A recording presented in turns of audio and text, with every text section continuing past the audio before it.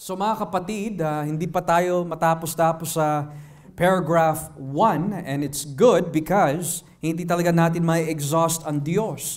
So balikan po natin ang ating confession in paragraph 1 ng chapter 2 at ito po ang sinasabi. Ang ating Panginoon ay buhay at iisa. Bilang natatanging tunay na Diyos at siya'y nabubuhay sa kanyang sarili at ay sa kanyang kalikasan, siya'y perpekto at walang hanggan. Walang nakakaunawa o nakakaabot sa kanyang persona, maliban lang ang kanyang sarili.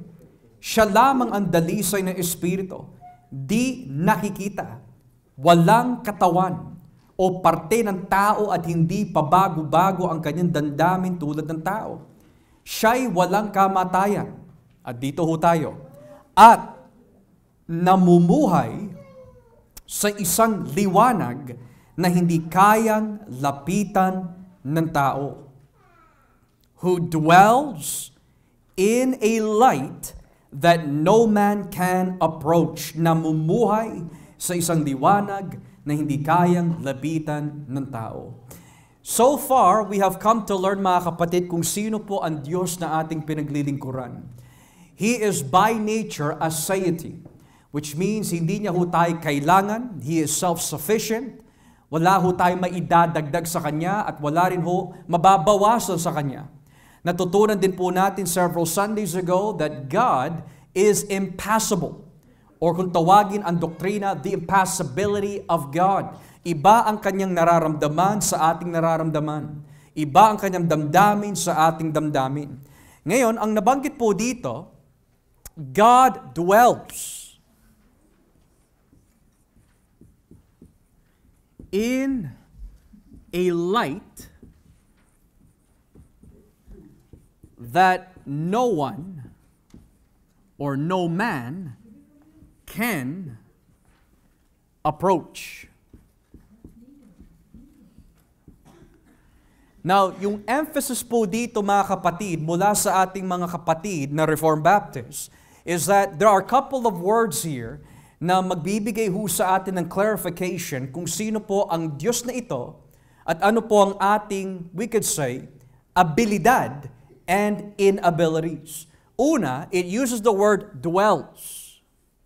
Kapag sinabi po yung salitang dwells, this is where God inhabits. This is where God lives. This is something that is normative para sa Diyos. It's something that is who He is. He dwells in a light. At dahil po dyan po namumuhay ang ating Diyos, ang epekto po nito sa ating mga nilalang is, no man, that's a universal negative, can approach. Hindi ho natin siya malalapitan dahil namumuhay ang Diyos sa liwanag. Ngayon, sa Biblia, saan ho nakuha ng ating mga Reformed Baptist na mga kapatid yung gaytong klaseng aral? Well, ang isa ho dito ay mababasa po sa 1 Timoteo 6, talatang 16. 1 Timothy chapter 6, beginning at verse 16. 1 Timoteo 6, talatang 16. Tignan niyo po ang nakalagay. Sabi ho dito, siya lang ang walang kamatayan at nananahan sa di malapitang liwanag. Or rather, hindi malapit-lapitang liwanag. Hindi siya nakita o maaring makita ni numan. Sa kanya ang karangalan at walang hanggang kapangyarihan. So dito, napakalinaw kung saan po kumuha ng teolohiya ang ating mga kapatid na Reformed Baptist. Nakuha po nila ito sa 1 Timoteo 6:16. Subalit ang katanungan po dito, anong ibig sabihin ng salitang liwanag? Dahil may liwanag na literal na nanggagaling po sa araw. May liwanag na nanggagaling po, at least in reality, sa mga technologies na meron po tayo. So anong liwanag yung binabanggit po dito? And in order to understand kung ano po yung liwanag na binabanggit po dito, we have to see kung paano po gamitin yung salitang liwanag with God in the Bible. So basahin po natin ang mga ilang teksto sa Lumang Tipan. Dito po tayo sa aklat ng Salmo 104. The Book of Psalms. Salmo 104, talatang 2. Salmo 104, talatang 2. Sabi po ng Biblia, sa Salmo 104 verse 2, nababalutan kayo ng liwanag na parang iyong damit at inilaladlad nyo na parang tolda ang langit. The Lord wraps himself in light as with a garment. He stretches out the heavens like a tent and lays the beams of his upper chambers on their waters. He makes the clouds his chariots and rides on the wings of the wind.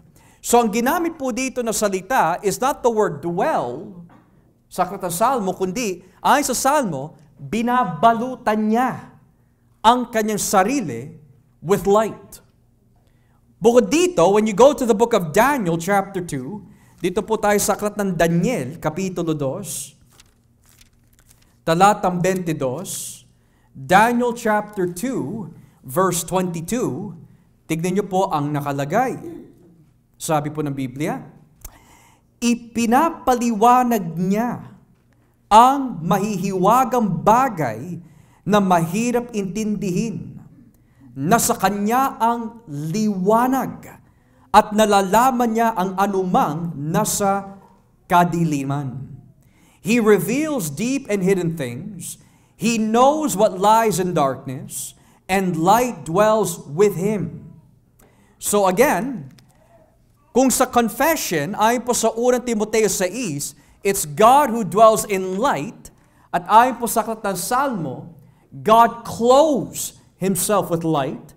Pagdating po dito sa Daniel, ang light naman is who dwells with God. So ngayon, kung tatanungin po natin, anong ibig sabihin ng Biblia when the Bible says, God dwells in a light that no man can approach? Yung liwanag na binabanggit po dito, mga kapatid, is the weighty and perfect glory of God. Yan ang ibig sabihin ng liwanag. Hindi nagawa ni Moises na lumapit po sa Diyos na wala mo ng instruction, kagaya po when he went on the mountain at sinabi po ng Panginoon, let loose your sandals, take them off, for where you are standing is holy ground. Sabi din po ng Biblia that hindi makakalapit po ang tao sa Kanya or see His face because they will die. At bakit po nasabi ng Panginoon yon? Because yung light na binabanggit po dito is a reference sa Kanyang kalwalhatian. His glory. His glory fills the earth. His glory fills the heavens. Ngayon, when the Bible says no man can dwell in that light, it means yung glory po ng Diyos is so heavy, so weighty, na mamamatay po tayo instantly sa Kanyang presensya. Yun ang ibig sabihin po nun. Kung natatandaan po natin si Apostol Pablo, nung dumating po ang liwanag ni Kristo sa kanyang buhay, ano ho nangyari sa kanya? Nabulag ng mga ilang araw. When Isaiah saw the glory of Yahweh, ano po nangyari sa kanya? I am an unclean man in the midst of unclean people. Nakita niya ang kanyang kahihiyan. So here, when the Bible says that God dwells in light, He dwells in His own glory, that kahit ang mga anghel, nakapikit ang kanilang mga mata. Tinatakip po nila ang kanilang mga mata because yung glory po ng Panginoon ay napakabigat. It's so heavy, it's so weighty, it's so glorious. Now, yan ang realm ng ating Diyos. At yan din po ang dahilan, mga kapatid, kung bakit kailangan maranasan po ng bawat Kristiyano yung tinatawag glorification. Bakit kailangan mapalitan ang ating katawan ng isang katawan na hindi mabubulok? So we can dwell in that light. Bakit natin kailangan ng isang tagapamagitan? Si Jesus. So we can dwell in that light. Dahil kapag hindi napalitan ng ating mga katawan at walang namamagitan ho sa atin, we cannot dwell where God dwells. Ngayon, when you look into the Bible, saan natin makikita that ang Diyos Ama, Diyos Anak, at Diyos Espiritu Santo, yung binabanggit po dito that dwells in a glory or light na hindi malalapitan ng mga tao. Let's begin off with God the Father. Dito po tayo sa unang Juan, Kapitulo 1. 1 John chapter 1, beginning at verse 1.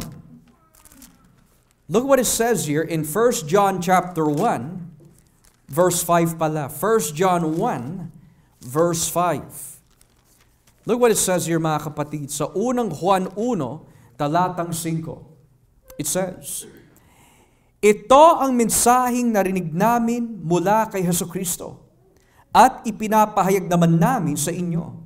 Ang Diyos ay liwanag at sa Kanya ay walang anumang kadiliman. And then, sa aklat ng Santiago, Kapitulo 1, tignan niyo po ang nakalagay. Santiago, Kapitulo 1, talatang 17. James chapter 1, verse 17. Lahat ng mabubuti at angkop na kaloob ay nanggagaling sa Diyos, na siyang dumikha ng mga bagay sa langit na nagbibigay liwanag. At kahit pabago-bago at paiba-iba ang anyo ng anino namang ito, ang Diyos ay hindi nagbabago. So, ang Diyos Ama ay bahagi sa binabanggit po dito, dwells in light, dahil ang Diyos Ama ay liwanag. Well, what about Christ? Di ba sinabi po ng Biblia, I am the light of the world? Pero hindi lang po yun ang binabanggit po sa Biblia na teksto na si Kristo din po ay liwanag. If you turn with me in John chapter 1, simulan po natin dito sa talatang 7. John chapter 1, verse 7 hanggang 9. Tignan niyo po ang nakalagay. Juan 1:7 hanggang 9. Sabi ho dito, isinugo siya upang magpatotoo kung sino ang ilaw, upang sa pamagitan ng kanyang patotoo ay sumampalataya ang lahat ng tao. Hindi si Juan ang mismong ilaw, kundi naparito siya upang magpatotoo kung sino ang ilaw. Ang tunay na ilaw na nagbibigay liwanag sa lahat ng tao ay dumating na sa mundo. Well, ang tanong ho dito, sino po ba ang nire-represent ni Juan tagapagbautismo kung hindi siya ang ilaw? Si Jesus. So kahit ang ikalawang persona ng Banal na Trinidad ay bahagi po the one who dwells in a light na hindi malapitan ng mga tao. Now, here's another question. Bukod pa ho sa ating kaligtasan, bakit nagkatawan tao si Kristo? Dahil bilang Espiritu, dahil ito ang kanyang kalwalhatian, hindi tayo makakalapit sa kanya. Kaya siya nagkatawan tao. At alam natin, siya po ay namumuhay sa liwanag dahil nung inireveal po niya ang kanyang sarili sa kanyang mga alagad, si Pedro, si Santiago at si Juan, sa bundok of Transfiguration, ano ho nakita nila? Yung liwanag ng Diyos. So he had to conceal himself in a body. So you have God the Father, who is light. You have the Son, who is light. What about the Holy Spirit? May mababasa po ba tayo sa Biblia na ang Espiritu ay Espiritu ng liwanag that dwells in that light? Well, yung salitang liwanag, hindi binanggit. Matter of fact, sabi po dito sa unang Pedro 4, sa 1 Peter chapter 4,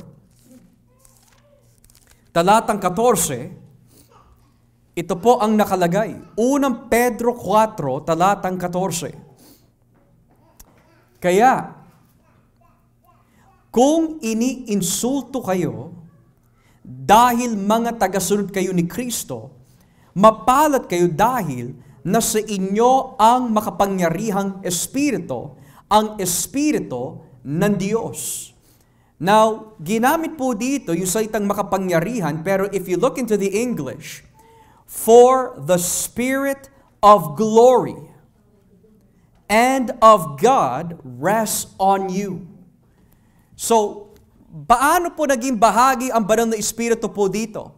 Well, dahil ang liwanag ay tumutukoy sa glory ng Diyos. At ang tawag po sa banal na Espiritu is the Spirit of glory, nangangahulugan, kaya siya tinawag the Spirit of glory, is because He is also God that dwells in a light that cannot be approached. Kaya pagdating po natin mga kapatid sa bagong langit at bagong lupa, lalo na doon sa tinatawag na bagong Jerusalem, makikita ho natin that we will have access sa kanyang liwanag in the last time, at the end of history. Bakit po? Tignan niyo ho dito sa Revelation 21, talatang 23. Revelation 21, talatang 23. Revelation 21 verse 23. Tignan niyo po nakalagay. Hindi na kailangan ang araw o ang buwan sa lungsod, dahil ang kapangyarihan ng Diyos ang nagbibigay liwanag. At ang tupa ang ilaw doon. Ang ilaw ng lungsod na iyon ay magbibigay liwanag sa mga bansa. At dadalhin doon ng mga hari sa mundo ang mga kayamanan nila. Ngayon, kung ibababa po natin ang basa sa chapter 22, talatang 4, tignan niyo po nakalagay. Chapter 22, talatang 4. Sabi ho dito, makikita nila ang kanyang muka at isusulat sa mga noo nila ang kanyang pangalan. They will see His face and His name will be on their foreheads. Wala nang gabi roon. Kaya hindi na kailangan ang mga ilawan o ang liwanag ng araw, dahil ang Panginoon Diyos ang magiging ilaw at maghahari sila magpakailanman. So, nung binanggit po ng Biblia, ang Diyos po ay namumuhay sa liwanag na hindi malapit-lapitan ng mga tao, yan po mga kapatid ay totoo for now. Pero pagdating po natin sa bagong langit at bagong lupa at binago na po ng Diyos ang lahat ng bagay, hindi lang po ang mundo, pati na rin po ang ating kalikasan, malalapitan na po natin ang Diyos. Pero as of now, hindi ho natin siya malalapitan in all of His glory. Well, no wonder why sinabi po ni Juan, no man has seen God at any time, maliban lang sa kanyang buktong na anak na Diyos din na kapiling ng Diyos Ama. So kaya ho tayo magkakaroon po ng access sa Diyos Ama in all of His glory at hindi na ho tayo mamamatay is because of the mediatorship of the Lord Jesus Christ. So yan ang Diyos na ating pinaglilingkuran at yan ang patotoo ng ating mga Reformed Baptists na mga kapatid. So with that being said, does anyone po have any questions this evening or rather afternoon sa ating tinalakay po ngayon? Does anyone have any questions concerning, sige ho. Theological sense, weighty, yung bigat ba na bigat niya? Not literally mabigat, but rather figuratively. Ang ibig sabihin po niyan, His glory is so thick na talagang there's no room na makapasok tayo because it's so perfect. So here's the interesting thing po, Brother Joel, dahil yung salitang glory, when it's connected to God, has several functions. Halimbawa ho, sabi po ng Biblia, the glory of God fills the earth. Well, paano yun? Through creation, through sovereignty, through control, nakikita natin ang kanyang kadakilaan. And then sinasabi din po sa Salmo 19, the heavens show the glory of God. Well, it's referring to His artistry, yung kanyang pagiging artistic. Pero dito, when the Bible says it's weighty, it refers to His perfect holiness. His glory tsaka yung perfection po niya and His holiness is so beyond our comprehension na mamamatay ho tayo. Yun ang ibig sabihin po nun. That's the most simplest way I can define it. Yeah. Kaya pala yung high priest, hindi basta-basta mapasok. Na walang dugo. Because His glory requires sacrifice. Yeah. Ganong katindi ang ating Panginoon. Yes, Mama Tess, may tanong ho kayo. Ano po yung at siya ay nasa lahat ng dako? At siya po ay nasa lahat ng dako. Tumutukoy po yan sa kanyang presensya. Na kung tawagin po omnipresence. So, ang Diyos, hindi ho natin siya malilimitahan lang that nasa langit lang ang Diyos. Ang Diyos hindi katulad po ng tao that kung nasan lugar man po tayo, hanggang doon lang tayo. Ang Diyos hindi mo siya malilimitahan lang sa langit. He reigns from heaven, but His glory and presence is everywhere. At ang magandang teksto ho nito, Nay, ay yung Salmo 139. Sabi ho doon, ilagay ko man ang higaan ko sa Sheol, nandun pa rin ang Diyos. Pumunta ako sa north, nandun ang Diyos. Pumunta ako sa south, nandun ang Diyos. Hindi natin matatakasan ng Panginoon. Yeah. So yung presence po niya ang tinutukoy po doon. Omnipresence. Yeah. Okay? Anyone else have any other questions? Patungkol po sa atin ng Brother Ray. Pastor, tanong ko lang po dun sa yung description ng angel, bakit kailangan takpan nila yung mata nila? Hindi ba sila glorified body? I would say they would be called holy. Holy. Kasi when the word glorified is used, it has something to do with reference sa kamatayan na pinalitan ng isang katawan na hindi namamatay. Pero dahil ang mga anghel are spiritual beings, walang binabanggit that they have flesh katulad po natin. Pwede po sila mag-anyong tao, pero by nature, sila po ay spiritual beings. So ngayon, ang tanong po doon, why do they have to cover their faces kung banal po sila? Is because yung kanilang kabanalan, Brother Ray, ay hindi kapantay ng kabanalan ng Diyos. Ang kabanalan ng Diyos is holy, holy, holy. So yung holiness po niya is so transcendent na talagang kailangan po nila takpan. Pero hindi lang ho yun. We could also say, Brother Ray, the reason why tinatakpan din po nila ang kanilang mga mata is because yun ang disenyo ng Diyos para sa kanila. Dahil sa isang banda, yung mga apat na buhay na nilalang, hindi naman nakatakip ang kanilang mga mata. But they're still seeing God. It goes to show that yung function po ng mga seraphims is to worship God because they're at the throne. Katabi po nila ang trono ng Diyos eh. So we could say that unang-una, yung kanilang kabanalan is not the same as God's. And number two, yun ang disenyo po nila. Yun ang disenyo po nila. Okay? Anyone else have other questions sa ating mga napag-aralan? Okay? Well, yan po ang ating catechism for this evening, that God dwells in a light that no one can approach. And we should thank God because of Christ, we have access to God. Amen? Let's pray.